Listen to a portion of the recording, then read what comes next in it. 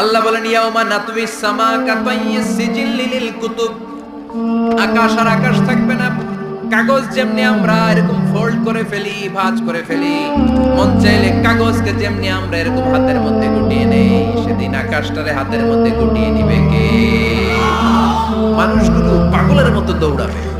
কেউ থাকবে টয়লেটে, কেউ হসপিটালে, কেউ মাজারে, কেউ বাজারে, যে যেখানে থাক, শুরু হয়ে যাবে কিয়ামতের এই ভয়াবহ দৃশ্য।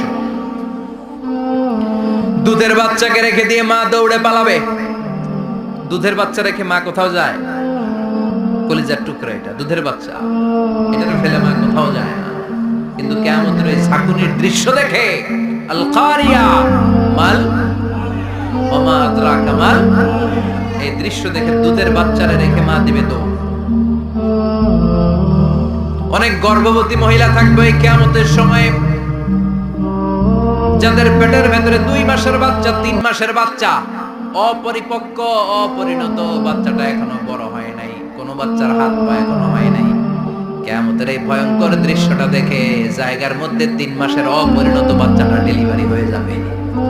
আল কারিয়া মাল কারিয়া ওমা আদরাকা মাল। পৃথিবীর যখন এরকম দৃশ্য, আল্লাহ তাআলা ইসরাফিলকে বলবেন, ইসরাফিল তোর তো 3টা ফুৎকার দেওয়ার দায়িত্ব ছিল, দিয়েছে কয়টা? চিল্লায় বলেন কয়টা? এবার আল্লাহ বলবেন এবার দ্বিতীয় ফুৎকার দে। কয় নাম্বার ফু দিবে?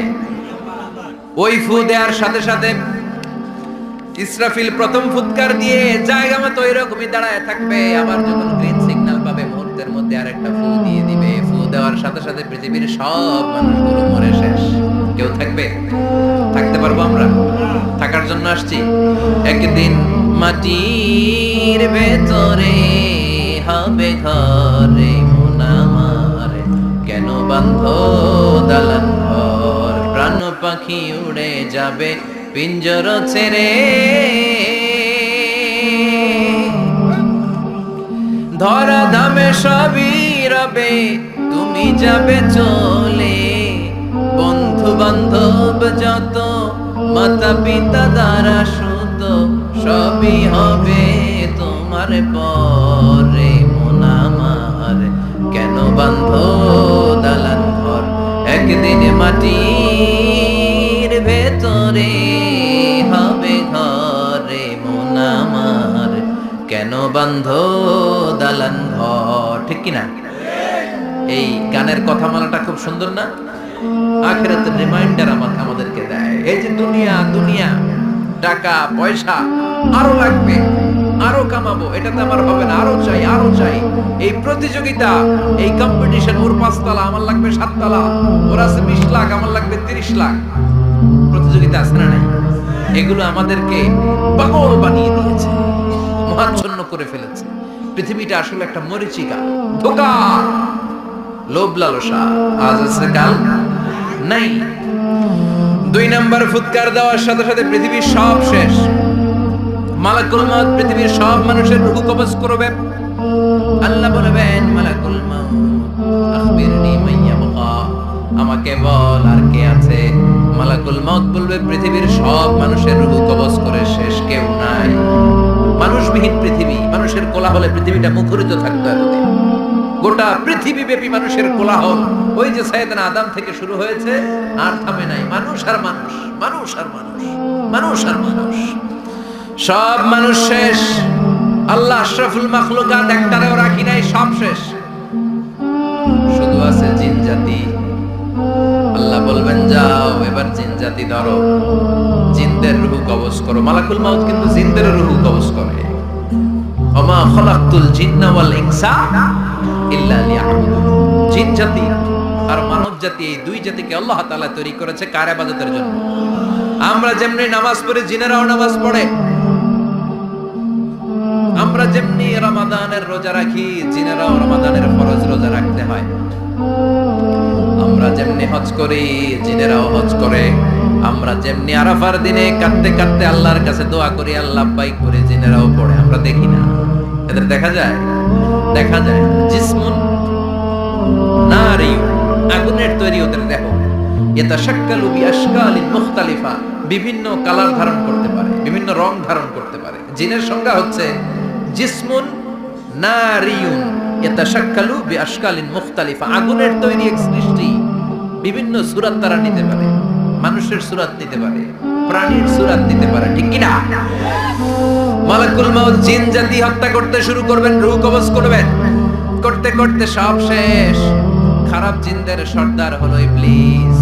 সব জিনদেরকে মারতে যত কষ্ট দেয়া হয়েছে, সবচেয়ে বেশি কষ্ট দিয়ে ইবলিসের রূহ কবজ করে ফেলা হবে। ইবলিস আর নাই, মানুষও নাই, জিনও নাই, পশু পাখি কিচ্ছু নাই। আল্লাহ বলবেন, ইয়া মালাকাল মাউত আখবিরনি মাইয়াবকা, অনেক দায়িত্ব পালন করেছিস তুই, মানুষ মারলি, জিন মারলি, মৎস্যকুল মারলি, পাখি মারলি, সব মারলি, এবার আর কে বেঁচে আছে বল? মালাকুল মাউত বলবে, আল্লাহ আর কেউ নাই, খালি ফেরেশতারা আছে। কারা আছে? মালাইকা। আল্লাহ বলবে, যা এবার ফেরেশতাদের গোষ্ঠী শেষ কর। মালাকুল মাউত একটার পর একটা ফেরেশতার রূহ কবজ করবে, একটার পর একটা, একটার পর একটা, করতে করতে সব ফেরেশতা। ফেরেশতাদের সংজ্ঞা হচ্ছে জিসমুন নূরিয়ুন ইয়াতাশাক্কালু বিআশকালিন মুখতালিফা, আলোর তৈরি, নূরের তৈরি একটা দেহ, চাইলে বিভিন্ন সূরত ধারণ করতে পারে। জিন আর ফেরেশতার পার্থক্য বুঝেছেন? জিন কিসের তৈরি? আগুন, জিসমুন নারিয়ুন, আর ফেরেশতা হচ্ছে জিসমুন নূরিয়ুন, নূর দিয়ে তৈরি। একের পর এক ফেরেশতা সবার করা হবে। এবার আল্লাহ বলবেন, ইয়া মালাকাল মাউত আখবিরনি মাইয়াবকা, আর কে কে বেঁচে আছে বল? মালাকুল মাউত বলবে, মাবুদ কেউ নাই, মানুষ নাই, জিন নাই, ফেরেশতাও নাই, শুধু আমার তিনজন কলিগ বাকি। কয়জন? জোরে বলেন, কয়জন? জিব্রাইল বাকি, ইসরাফিল বাকি, মিকাইল আর আমি। আল্লাহ বলবে, মিকাইলের রূহ কবজ করে নিয়ে আয়। যে মিকাইল আমার আদেশে পৃথিবীতে বৃষ্টি ছড়াতো, আমার আদেশে ক্ষেত খামারে ফসলের ব্যবস্থা করে দিত, আমার আদেশে মানুষের রিজিকের হিসাব রাখতো, এই মিকাইলের রূহ কবজ করে নিয়ে আয়। এক নাম্বার কলিগ শেষ। কলিগ বুঝেন তো? সহকর্মী। কলিগ মানে কি? সহকর্মী। এক নাম্বার কলিগ নাই। আল্লাহ বলবে, যা এবার ইসরাফিলের রূহ কবজ কর। ইসরাফিল ফেরেশতা তখনও আল্লাহর আরশের দিকে ঠোঁটের মাঝখানে বিশাল সিংহটা নিয়ে তাকিয়ে আছে। ওই মুহূর্তে মালাকুল মাউত যে সালাম দিয়ে রূহটা কবজ করে ফেলবে। ইসরাফিলও নাই, ইসরাফিলও নাই। আল্লাহ বলবে, যা দুনিয়ার সব নবীদের কাছে ওহী দিয়ে, কোরআন দিয়ে, ইনজিল দিয়ে, তাওরাত দিয়ে, জাবুর দিয়ে আমি যেই ফেরেশতারা পাঠাতাম, ওই রূহুল আমিন জিব্রাইলের রূহটাও কবজ করে নিয়ে আয়। জিব্রাইলের রূহ কবজ হয়ে যাবে। এবার তিনজন কলিগই শেষ। আছে কেউ? আছে? এবার আল্লাহ বলবে, ইয়া মালাকাল মাউত, হে মৃত্যুর ফেরেশতা, আখবিরনি মাইয়াবকা, মহাবিশ্বে আর কে কে আছে বল? কেউ নাই, মানুষ নাই, জিন নাই, ফেরেশতা নাই, আমার কলিগরাও নাই, আমি বড় একা। এখন আমি একা হয়ে গেছি। আল্লাহ, আছি শুধু আমি। মালাকুল মাউত, তোমার হুকুমের গোলাম। আর আনতাল হাইয়ুল কাইয়ুম, তুমি শাশ্বত চিরঞ্জীব, তুমি তো মরবা না। আমি আছি। ভাবছে উনিও থাকবে, উনি আর আল্লাহ থাকবে। আল্লাহ বলবে, মালাকুল মাউত এবার তুই মর, এবার তুই মর। এই কথা শুনে মালাকুল মাউতের খিঁচুনি উঠে যাবে। আজীবন মারছে, আজকে মরবে। খিঁচুনি উঠে যাবে, জ্বর এসে যাবে, কাঁপুনি ছুটে যাবে, কাঁপতে থাকবে। আল্লাহ বলবেন, কাঁপাকাঁপি করে লাভ নাই, মর। মালাকুল মাউত বলবে, মাবুদ এইটা আবার কেমন কথা? সবাই রে আমি মারলাম, আমি মরব কেন? আমি না মারছি, আমি না মেরেছি, আমি মরবো কেন? আল্লাহ বলবেন, কথা নাই, মর। ও আল্লাহ, আমি কেন মরবো? আমি না দুনিয়ার সবাই রে মারলাম। আল্লাহ বলবেন, কুল্লু নাফসিন যায়িকাতুল মাউত, পৃথিবীর প্রতিটা আত্মারে মৃত্যুর স্বাদ নিতে হবে রে মালাকুল মাউত, তুইও মরবি, মর। কাঁপতে কাঁপতে আল্লাহ বলবে, জান্নাত আর জাহান্নামের মাঝ বরাবর যে দাঁড়া। মালাকুল মাউত দাঁড়াবে। এই দৃশ্য দেখার মতো তখন কেউ থাকবে না। থাকবে? কেউ নাই। মালাকুল মাউত কাঁপতে কাঁপতে। আল্লাহ বলবেন, কেঁপে লাভ নাই, কেঁদে লাভ নাই, মরতে তোকে হবে। Everyone has to take the taste of death. সবাইকে মৃত্যুর স্বাদ আস্বাদন করতে হবে। মর, মরে যা।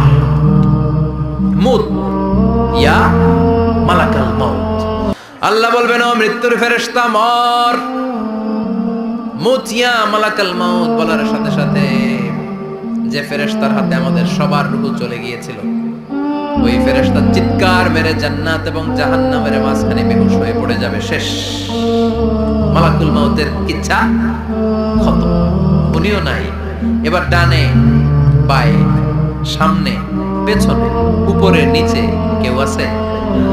একজন ছাড়া, তিনি কি?